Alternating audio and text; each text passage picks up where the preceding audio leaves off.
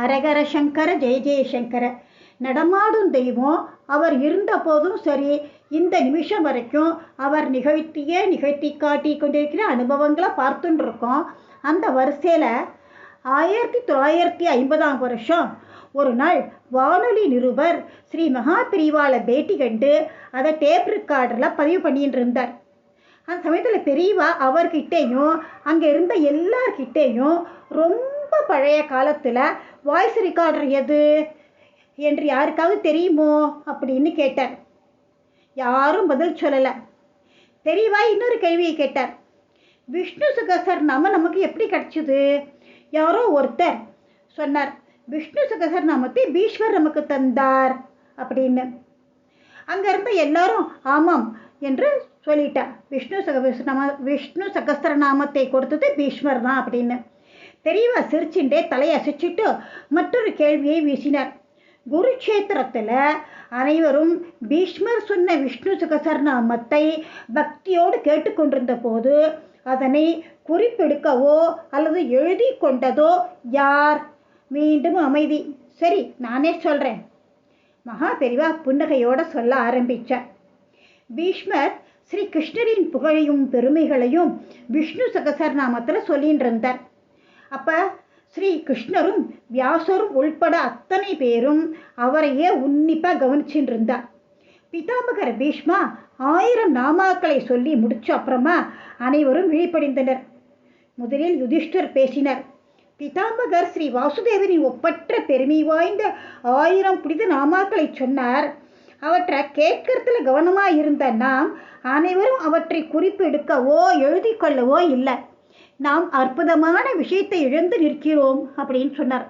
அப்போதுதான் அனைவரும் எப்படிப்பட்ட தவறு செஞ்சிட்டோம் அப்படின்னு உணர்ந்தனர்.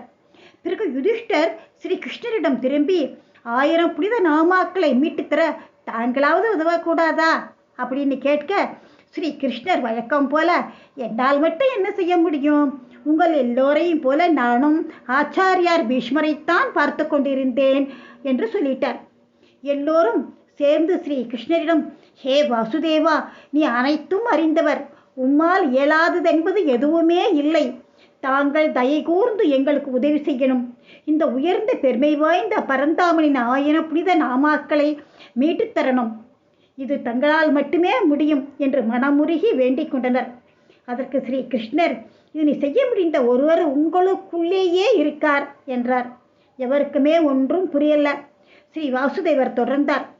சகாதேவன் அதனை திரும்பச் சொல்ல வியாசர் எழுதுவார் என்றார். அனைவரும் சகாதேவனால் எப்படி சகஸ்ரநாமத்தை மீட்க முடியும் என்பதை பார்க்க ஆவலாக இருந்தார்.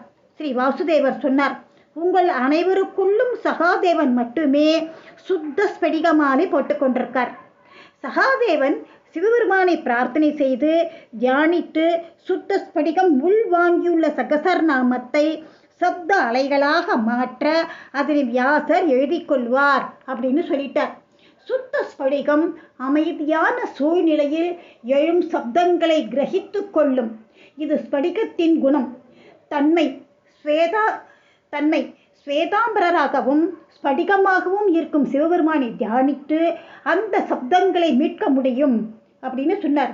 உடனே சகாதேவனும் வியாசரும் பீஷ்ம சகஸ்ரநாமம் சொன்ன அதே இடத்துல உட்கார்ந்துட்டு சகாதேவன் மகாதேவரை தியானித்து பிரார்த்தனை பண்ணிட்டு சகஸ்ரநாமத்தை மீட்க துவங்கினார். அந்த சுத்த ஸ்படிகமாலேயே உலகின் முதல் வாய்ஸ் ரெக்கார்டராக அற்புதமான விஷ்ணு சகஸ்ரநாமத்தை நமக்கு தந்தது என்று சொல்லி குழந்தை போல சிரித்தார் ஸ்ரீ மகாபிரிவா. ஜெய ஜெய சங்கர ஹரஹர சங்கர. நன்றி, வணக்கம்.